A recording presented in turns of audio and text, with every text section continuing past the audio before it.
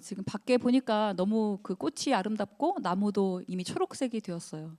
겨울에 이렇게 교회로 올라올 때 이렇게 앙상한 나뭇가지가 엊그제 같은 말 너무 뻥이죠. 엊그제 같은데 벌써 초록으로 물들어 있는 걸 보니까 너무 예쁘더라고요. 이 나무가 성장하기 위해서 필요한 자양분들이 있죠. 여러분 뭐가 있을까요? 일단은 물이 필요하죠. 수분이 공급돼야 되고 또 똑똑해요. 햇빛도 있어야 되고 또 뭐가 있어야 될까요? 살랑살랑.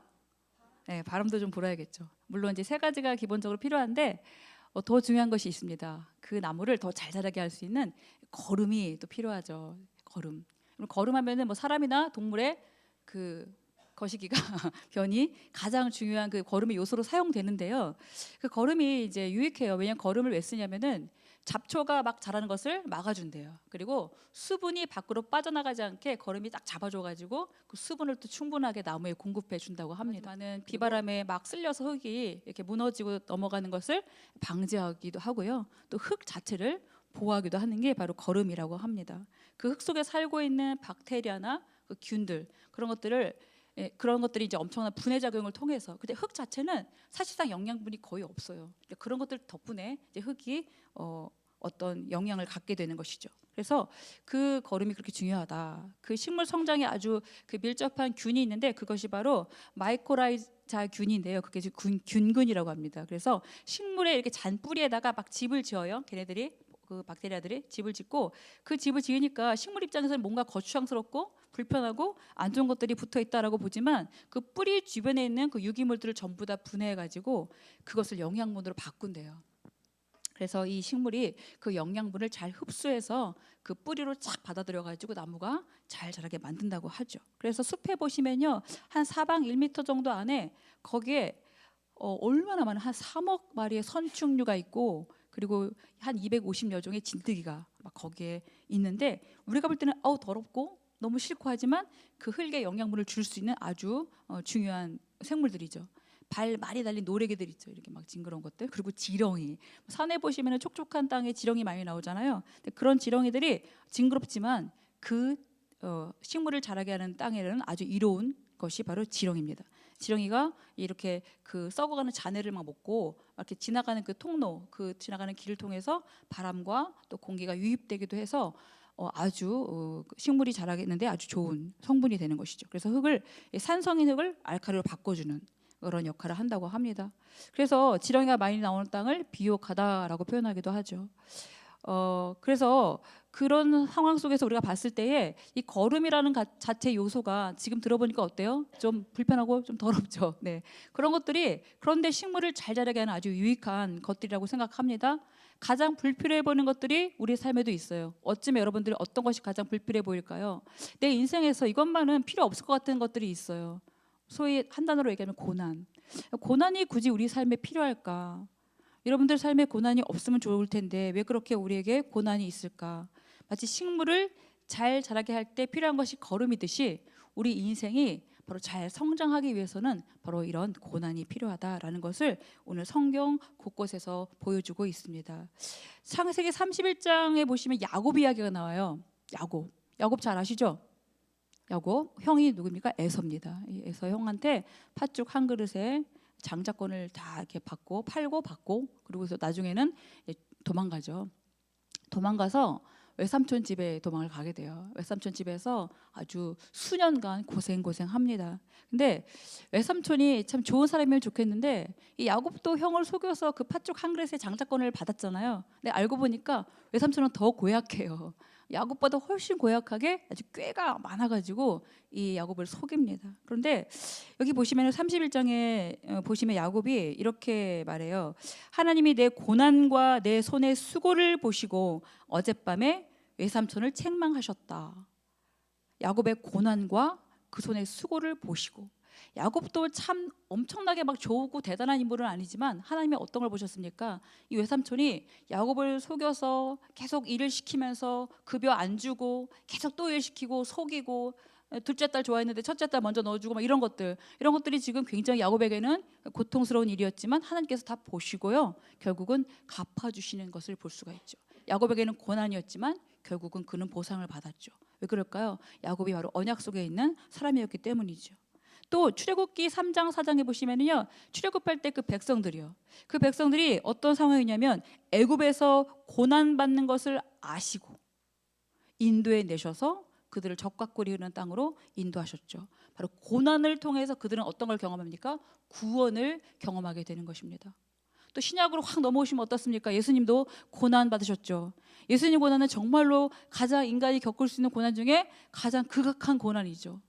고난. 그 고난을 받으시다가 어떻게 되셨습니까? 고난에 멈추지 않고 심지어 십자가에서 죽으셨죠. 죽으셨습니다. 그런데 그 죽으신 그 고난을 통해서 그는 뭘 얻었습니까? 바로 부활하심을 얻게 되었죠. 성장 정도가 아니라 그는 바로 하나님의 우편에 앉는 영광을 얻게 되셨다는 것입니다. 로마서 8장 말씀 보시면 이렇게 나와요. 하나님의 자녀라면은 영광을 받기 위해 고난도 함께 받아야 한다. 고린도후서 말씀 보시면은 고난이 넘친 것 같이 그 위로가 넘친다. 고난이 넘치는데 위로가 넘쳐요. 위로가 너희 속에 역사하여 그 고난도 견디게 한다. 빌립보서 말씀엔 또 이렇습니다. 우리에게 은혜를 주신 것은 예수님을 믿을 뿐 아니라 그를 위해 고난도 받게 하려 하십니다. 신구약 성경을 통틀어서 가장 많이 나오는 이 고난이 가장 많이 나오는 성경이 바로 시편 다음에 바로 베드로 전서예요. 시편도 18회가 나오고 오늘 베드로 전서도 18회가 나옵니다. 이 고난을 영광과 세트로 묶어서 계속 말씀하고 계세요. 지금 받는 고난은 가볍다. 장차 올 영광이 훨씬 더 크고 더 중하다. 비교도 안 된다라고 계속 말씀하고 계시거든요. 도대체 어떻길래 영광이? 성경의 말씀은 진리의 말씀이잖아요. 근데 고난을 겪고 깨달아서 알게 되는 것이 결국 신앙 고백인데, 여러분들에게 만약에 고난이 닥쳐온다면 좋습니까? 영광을 바라보고 있으니까 고난이 괜찮아요? 사실 안 그렇죠. 여기 제가 물어보려고 했는데 여러분 고난이 오면 어떻습니까? 괴롭다, 절망적이다, 아니다, 마땅하다, 심지어는 즐겁다. 근데 베드로 사도가 오늘 12절 13절 보시면 이렇게 말씀하세요. 한번 12절 13절 같이 12절 한번 읽어볼까요? 짠. 12절 13절 시작. 사랑하는 자들아, 너희를 연단하려고 오는 불시험을 이상한 일 당하는 것 같이 이상히 여기지 말고 오히려 너희가 그리스도의 고난에 참여하는 것으로 즐거워하라. 이는 그의 영광을 나타나실 때에 너희로 즐거워하고 기뻐하게 하려 합니다. 불시험을 당하는데 이상하게 여기지 말래요. 그리고 오히려 고난에 참여하는 것으로 즐거워하라고 합니다. 왜 이런 말씀 하시는 걸까요? 우리는 아니온데요, 그죠? 그리고 어떻게 그럴 수가 있을까요? 이 불시험이라는 것은 특별히 이 시대성을 나타내고 있는데, 이 베드로전서를 기록할 당시 연대가 AD 63년, 4년, 5년경입니다. 베드로전서 이 1장에 보시면은 베드로가 누구에게 편지를 보내고 있느냐? 이 베드로전서를 바로 소아시아에 흩어진 교회들에게 보내요. 왜 흩어졌을까요? 박해와 핍박이 많기 때문에 이들이 흩어졌어요. 그렇기 때문에 이 편지는 그 흩어진 성도들에게, 핍박받는 성도들에게 힘을 줄 필요가 있는 편지인 것이죠. 당시 기독교인들에 대한 박해가 극심했어요. 로마 황제 네로가 그냥 막 기독교인들을 막 잡아 죽이는, 정말 실제로 불시험이 있었던 것이죠. 동물을 잡아서 동물이 안에 걸 다 빼고 그 가죽을 사람에게 뒤집어 씌운 다음에 꼬리에 딱 불을 붙입니다. 그럼 어떨까요? 끔찍하죠. 불에 타 죽는 꼴이 됩니다. 또 맹수들이 우글우글거리는 그 안에 사람을 막 집어넣습니다. 이런 박해가 실제로 있었다는 것이죠. 어떻게 하면 더 잔인하게 이 기독교인들을 죽일까, 그걸 늘 생각했던 네로죠. 베드로 사도도 아주 극심한 박해에 아주 매우 위험한 위협에 여러 가지 형벌도 당하고 감옥에 갇히고 나중에는 순교를 하게 되는데, 그런 불시험을 겪었다는 것이죠. 그런데 이 불시험을 당하는데 당연하다라고 해요. 이상한 일 아니다라고 말합니다. 오히려 불시험이 오면 마치 미친 사람처럼 즐거워라 라고 말씀하고 있어요. 이 말씀이 그렇습니다. 근데 오늘 잘 보세요. 고난 앞에 어떤 단어가 붙어 있습니까? 고난 앞에 성경 말씀을 좀 그냥 띄워놔 주실래요? 고난 앞에 어떤 단어가 붙어 있을까요? 13절만 보시더라도 고난 앞에 바로 그리스도의 고난. 14절은요, 그리스도의 이름으로 치욕을 당하면, 그리고 16절 보시면은 그리스도인으로서 고난을 받으면, 다 뭐가 붙어 있습니까? 바로 그리스도가 붙어 있죠. 그래서 우리는 이 그리스도의 고난에 주목할 필요가 있습니다. 자, 그리스도는 어떤 고난을 받으셨습니까? 아까 제가 말씀드렸죠. 바로 십자가의 고난을 받으셨습니다. 십자가의 고난은 바로 예수 그리스도의 죽으심이죠. 죽으심. 왜 죽으시기까지 했어야 됐습니까? 왜요? 너무 쉬운 복음이죠. 바로 우리 죄값을 대신 치르시기 위해서 그는 죽으셔야 했어요. 왜? 죄의 삭은 사망이니까. 예수님의 죽으심은 사실상 나의 죽음하고 같은 겁니다. 내가 죽어야 되는데 예수님께서 대신 죽었으니까 결국 그의 죽음은 나의 죽음이 되는 것이죠. 근데 예수님께서 죽음에서 머무르셨다면 너무나 애통하고 원통하고 불통이었어요. 근데 죽음에서 머무르지 않고 다시 살아나셨다는 거죠. 그래서 우리도 예수님과 함께 죽으면 다시 같이 사는 거예요. 이 원리가 성경의 원리입니다. 그래서 바울이 이런 고백을 하게 되죠. 갈라디아서 2장 20절 말씀. 이걸 우리 목사님이 암송할 수 있을 것 같은데. 갈라디아서 2장 20절. 예. 갑자기 저희가 이제 1대 양육을 하고 있는데요. 암송을 하고 있습니다. 내가 그리스도와 함께 십자가에 못 박혔나니 그런즉 이제는 내가 사는 것이 아니요 오직 내 안에 그리스도께서 사시는 것이라. 그다음 볼까요? 갑자기 기억이 안 나네. 이제 내가 육체 가운데 사는 것은 나를 사랑하사 나를 위하여 자기 자신을 버리신 하나님의 아들을 믿는 믿음 안에서 사는 것이다. 이 말씀이에요. 그렇다면 앞에 부분 어떻습니까? 내가 그리스도와 함께 십자가에 못 박혔어요. 그러니까 이제는 내가 사는 게 아니에요. 바로 내 안에 바로 그리스도께서 살아가는 것이죠. 주인이 바뀌었습니다. 어떻게 바뀌었을까요? 그땐 내가 주인이었어요. 근데 지금 뭡니까? 내 안에 그리스도께서 주인이 되신 것입니다. 그래서 그리스도의 고난을 받게 되면 당연히 이상하게 여길 필요가 없다는 거죠. 왜요? 내 안에 누가 사십니까? 그리스도께서 사시기 때문에 그리스도의 고난을 받으면 이상하게 여길 게 없다는 겁니다. 내가 주인이 아니고 바로 예수님이 주인이시기 때문이시죠. 죽을 인생이 이제 생명의 인생이 되었다라는 것입니다. 그래서 기뻐하라고 말씀하고 있는 거예요. 그래서 내 인생에 고난이 다가와도 내가 고난을 이길 수 있다? 이길 수 없다? 이길 수 있다는 것이죠. 고난이 오히려 진다. 죽음도 이기신 예수님의 앞에서 그 고난은 힘도 못 쓴다. 그것을 아는 베드로 사도가 그래서 오늘 본문에서 거듭거듭해서 이 고난과 영광의 이 문구를 세트로 묶어가지고 계속 사용하고 있는 거예요. 고난 받으면 즐거워해라. 도리어 하나님께 영광을 돌려라. 14절 보실까요? 그리스도의 이름으로 치욕당하면 복이 있다. 왜 그럴까요? 영광의 영, 곧 하나님의 영이 너희 위에 계심이라.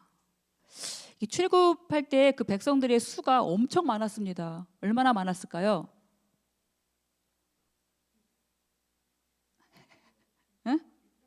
네. 장정만 60만이에요. 그럼 뭐 여자아이, 뭐 어른, 뭐 할 것 없이 다 더하면 한 가정에 한 4명을 친다면 한 200만이 넘는 200만 명이 넘는 그 수가 출애굽해서 광야를 쫙 지나갑니다. 얼마나 정말 그 때에 물이 뭐 거의 큰 진짜 막 대이동이 되는 거잖아요. 근데 그렇게 큰 무리가 이동할 때 어떻게 그들이 그걸 진행해 나갔을까요? 행진해 나갔을까요? 맞습니다. 구름이 그 백성들을 인도해 가는 거예요. 그러니까 그것이 아니면 이 백성들을 이끌 만한 힘이 사실 보여지는 게 하나도 없는 겁니다. 뭐 깃발을 높이 들어도 너무 멀리 있으니까 안 보일 수 있는데 구름이 그들을 인도해 갔어요. 그래서 민수기 말씀 보시면은 구름이 떠오르면 백성들이 이제 움직이는 거구나. 그래서 움직이는 사인을 받고 움직입니다. 구름이 멈추면 당연히 멈추는 거예요. 그 구름은 바로 하나님의 임재를 상징하고 있는 것입니다. 하나님께서 가라고 하시면 가고 멈춰 그럼 멈추는 거예요. 백성들은 그렇게 인도받았습니다. 그래서 마치 그 구름이 그 백성들을 보호하는 보호막처럼 그들을 쭉 함께 이동해 가는 거죠. 그러니까 그들은 그 구름과 함께 가면 삽니까 죽습니까? 살아요. 구름과 함께 이동하면 살아요. 근데 구름과 함께 이동하지 않으면 죽는 것이죠. 바로 베드로가 그것을 알았죠. 그리스도의 이름으로 살아가는 자는 죽는 것이 아니라 산다는 것을 알았다는 거예요. 하나님의 영이 그 위에서 보호해 주신다는 것을 베드로가 알았다라는 것입니다. 여러분 이런 경험 한 적 있으세요? 저는 엄청 옛날에 제가 너무 과거라서 기억이 안 나요. 20대 때 이런 기억이 있습니다. 제가 26세 때 제 돈으로 내돈내산으로 첫 차를 샀어요. 티코라고 아세요? 되게 조그만 차인데 국민차. 그걸 샀는데 여기 그걸 타고 새벽 예배를 이제 집하고 교회하고 한 거의 3-40분 거리였었으니까 그 티콜 타고 계속 이렇게 새벽에 이렇게 이동을 하는데 뭐 새벽에 차량도 없고 제 옛날이니까 차량도 많이 없고 그리고 또 워낙 또 새벽 시간이다 보니까 제가 좀 쌩쌩 달렸겠죠. 최고 속도는 120이었지만 실내 속도가 한 70이 제한되었기 때문에 그때 그렇게 달리고 있었습니다. 근데 제가 고개를 넘어서 그 서울대에서 그 봉천고개가 이렇게 있어요. 이렇게 고개가 있어요. 서울대 고개가 있어요. 고개 넘는데 내리막길이 있습니다. 내리막길이니까 저는 당연히 이렇게 내리막으로 가는데 그 상대편에 오는 차가 이렇게 오다가 갑자기 유턴을 하는 거예요. 그냥 쭉 가면 안 되는데 유턴을 하는 겁니다. 전 내리막이고 그 차는 올라오면서 유턴하는데 이렇게 부딪히려고 진짜 완전 거의 막 난리가 아니었습니다. 저희가 굉장히 이거 부딪힌다. 딱 느낌이 오잖아요. 부딪힌다. 그런데 너무 신기한 게 뭔지 아세요? 저는 그때 경험했어요. 제 티코가 구름에 이렇게 다 보호받는 느낌을 정말 무슨 마치 어떤 스폰지 엄청 좋은 스폰지가 싹 이렇게 사이를 이렇게 끼워드는 것 같은 느낌이 들었어요. 그래서 그 차도 괜찮고 저도 안 다치고 차가 이렇게 잘 이렇게 싹 이렇게 마치 이렇게 날개가 싹 이렇게 앉듯이 그렇게 딱 앉은 거예요. 저는 너무 그때 그 경험이 새벽 예배를 가는 시간이니까 마음도 막 쿵딱쿵딱 여기까지 나갔는데 그때 느낌이 어떤 느낌이었냐면 와 하나님이 나를 구름으로 보호해 주셨구나. 그걸 너무 그때 깨달았습니다. 지금도 잊지 못할 기억인데 여러분 그런 기억 혹시 있으세요? 정말 하나님께서 확 나를 보호해 주셨다는 느낌? 여러분 집 안이라고 안전하겠습니까? 집 안에 갇혔는데 막혀서 뭐 불이 나거나 이러면요 집 안도 안전하지 않죠. 집 밖이라고 안전할까요? 집 밖도 마찬가지죠. 외부적인 어떤 공격이라든가 여러 가지 많은 일들로 인해서 갑자기 일어닥친 사고로 인해서 그것도 안전하지 않아요. 어디가 안전할까요? 우리 말씀에서 보지만 바로 그리스도 안, 바로 하나님 안, 하나님께서 함께 하시는 그 안이 가장 안전한 것이죠. 하나님께서 나랑 동행하시는 그 삶이 가장 안전하다라고 말씀드리는 겁니다. 돈 많으신 분들 보디가드 세우잖아요. 보디가드 다 세워갖고 그 사람을 이렇게 보호하고 이렇게 다 이렇게 안위하잖아요. 근데 뭐 대통령도 암살당할 수도 있고, 그죠? 그리고 성경에서 보시면 이스라엘 아합 왕도 그 갑옷 솔기 누군가가 그냥 탁 쐈는데 그 갑옷 솔기를 맞아가지고 피를 흘림으로 그는 결국은 죽게 되었거든요. 그러니까 그리스도인은 바로 하나님의 영의 보호를 받아야 그래야 살아갈 수 있는 존재라는 것 그것입니다. 하나님의 영이 그럼 왜 그렇게 그리스도를 보호할까요? 자, 보호한다는 것은 무엇이 있기 때문이니까 공격이 있기 때문에 보호하는 거 아니겠습니까? 내부적이나 외부적 공격이 있기 때문이에요. 내부적으로는 어떤 미혹이 있겠죠. 선과 악을 선택해야 될 때 내가 선을 택하지 못하고 악을 택하고 마는 그 내 안에 일어나는 미혹들, 또 외부적인 시험도 있겠죠. 여러 가지 많은 고난들이 있겠죠. 그것을 이길 수 있는 힘이 우리에게 필요하다는 것입니다. 그래서 그리스도인에게는요 이 막아낼 힘 이런 것들이 필요한데 바로 그런 것들이 바로 고난이 그것이라는 거예요. 고난이. 그래서 12절 보시면은 첫 번째 보시면은 너희를 어떻게 하려고 연단하려고 오는 불시험이라고 말씀하세요. 연단하려고 오는 불시험. 그냥 시험이 막 닥치는 게 아니라 왜 그 시험이 오느냐? 연단하려고. 연단은 바로 믿음을 성장시키게 한다는 말이죠. 시험을 이길 수 있는 힘을 기르기 위해서 불시험 같은 고난이 온다라는 것입니다. 지금은 네로 황제의 그런 박해 같은 건 없지만 이렇게 막 몸으로 일어난 박해는 생사를 위협하는 그러한 시험이 많이 일어나지 않지만 우리의 믿음의 길을 방해하는 것들은 있죠. 성장하지 못하게 만드는 요인들이 우리 삶에 있습니다. 우리 안에 일어나는 물질적인 탐욕 같은 거, 또 사람과의 관계 다 좋은데 관계가 다 무너질 때가 있어요. 그 사람만 보면 내 좋았던 신앙이 다 꺼져버리고 막 마음이 힘들어지는 경우도 있잖아요. 또 질병, 갑자기 찾아오는 질병 때문에 내가 그동안 좋았던 신앙이 하나님께 자꾸 되물으면서 왜 이런 고난을 말하잖아요. 여러 가지 아픔들, 이런 것들, 고통 같은 것들이 우리 삶에 닥친다라는 것입니다. 근데 여러분 그런 것들이 인생에 없을 수가 없죠. 그럼 어떻게 해야 될까요? 일단 그것이 오면 오늘 말씀 생각하십시오. 오늘 말씀 생각하면서 그냥 막 즐거워라 이것이 아닙니다. 뭘까요? 일단 그리스도인의 고난, 그리스도의 고난, 이 말씀을 먼저 가지고 오세요. 그래서 내가 받는 고난이 그리스도의 고난인지 아닌지 먼저 확인해 보시기 바랍니다. 이것이 첫 번째 단계예요. 그 15절처럼 이런 말씀도 있어요. 15절 보시면은 살인하고 도둑질하고 악행하고 남의 일 간섭하는 걸로 고난받지 말라고 말하죠. 이건 누가 봐도 그리스도의 고난이 아니죠. 이런 고난은 그리스도의 고난이 아닙니다. 이런 거 말고 진정 그리스도가 받으신 고난, 생명 하나를 구원하시기 위해서 받으신 그 고난, 믿음의 길을 가려고 하는데 따르는 그 고난, 그런 고난이 여러분에게 오거든 바로 하나님께서 내 위에 함께 하신다, 하나님의 영이 나와 함께 하신다, 여러분 이것을 믿고 그 고난을 하나님께 맡기면서 이겨내시기 바라요. 하나님은 그리스도인의 고난을 결코 외면하지 않으십니다. 하나님의 영으로 둘러싸서 보호해 주신다는 것입니다. 어느 목사님이 이렇게 말했어요. 고난이 오면 그 고난은 이런 거래요. 하나님께서 우리한테 나와 함께 하자라고 말 걸어오시는 대시라는 겁니다. 우리가 그렇잖아요. 막 감기 몸살 심하게 걸려서 너무나 어때 몸들 바를 모를 때 주님 살려주세요. 힘듭니다. 주님 낫게 해주세요. 이렇게라도 찾지 않아요? 바로 그것이 고난이라는 것이 참 우리 싫지만 고난을 통해서 분명히 내 삶에 주님을 찾는 일들이 생긴다는 거죠. 그렇다면 그렇게 하다 보면 내 믿음이 성장해 가 있는 것을 보게 돼요. 지금의 고난 받을 땐 다 모르지만 그 고난 받고 나서 그 후에 우리가 알게 되죠. 아, 그때 그 고난은 나에게 유익이었다 라고 여러분들이 고백할 수 있게 됩니다. 이 새가족 교육을 제가 하고 있는데 새가족 교육을 할 때 4주간 하거든요, 교회에서. 근데 많은 분들이 오셔서 우리 교회에 이렇게 교육을 받으시고 쫙 앉아 계세요. 우리 교회로는 생소하게 처음이지만 뭐 다른 교회 다니셨다가 오신 분도 계시고 뭐 이미 오래전부터 믿었다가 한동안 좀 소원했다가 다시 오신 분도 계시고, 근데 그런 분들에 대한 고백을 좀 들어보면 감동이 장난 아닙니다. 근데 그분들 다 하나같이 전부 다 고난을 말씀하세요. 내가 이런 어려움이 있었고 이런 일들이 있었는데 하나님께서 나를 만나 주셔서 제가 다시 일어설 수 있었다. 믿음이 회복되었다. 그래서 그 새가족 자리에서 나누는 그 참 짧은 시간인데 그때 제가 막 감동받고 제가 오히려 너무 작아짐을 느껴요. 그만큼 하나님께서는요 고난을 허락하실 때 그냥 허락하시지 않는다는 것이죠. 여러분 고난 때문에 쓰러지지 마시고요. 그때가 하나님께서 나에게 말 걸어오시는 시간이라고 생각하시기 바랍니다. 4장 19절 말씀 보시면 마지막 말씀인데 저기 쓰진 않았어요. 제가 한번 읽어드릴게요. 4장의 마지막 절입니다. 하나님의 뜻대로 고난을 받는 자들은 또 선을 행하는 가운데 그 영혼을 미쁘신 창조주께 의탁할지어다. 의탁, 믿고 맡기는 것입니다.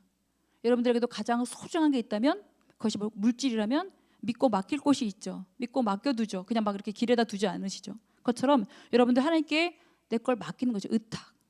그것이 바로 최고의 지혜며 최고의 믿음이며 순종이라는 것이죠. 내 안에 그리스도께서 주인이시다. 하나님의 영이 나를 싹 감싸 보호해 주신다. 여러분 이게 가장 큰 복인데 그게 뭡니까? 바로 하나님께 나를 의탁하는 거예요. 맡기는 겁니다. 그래서 어떤 고난이 와도 우리가 기뻐하고 즐거워할 수가 있는 것이죠. 가장 안전한 우리 하나님께 여러분 고난도 맡기시고 행복도 맡기시고 내 모든 것을 맡겨버리세요. 그러면 그가 하시는 말씀이 있거든요. 그 말씀 따라서 순종하며 나가는 것입니다. 그게 바로 여러분 인생에서 가장 최고로 행복한 삶이에요. 그러니까 여러분 이제 고난이 와도요. 여러분 그 비밀을 여러분들 아는 분들이에요. 여기 앉아 계신 분들은 비밀을 이제 알아버렸어요. 그렇기 때문에 여러분 고난이 와도 기뻐하시기 바랍니다.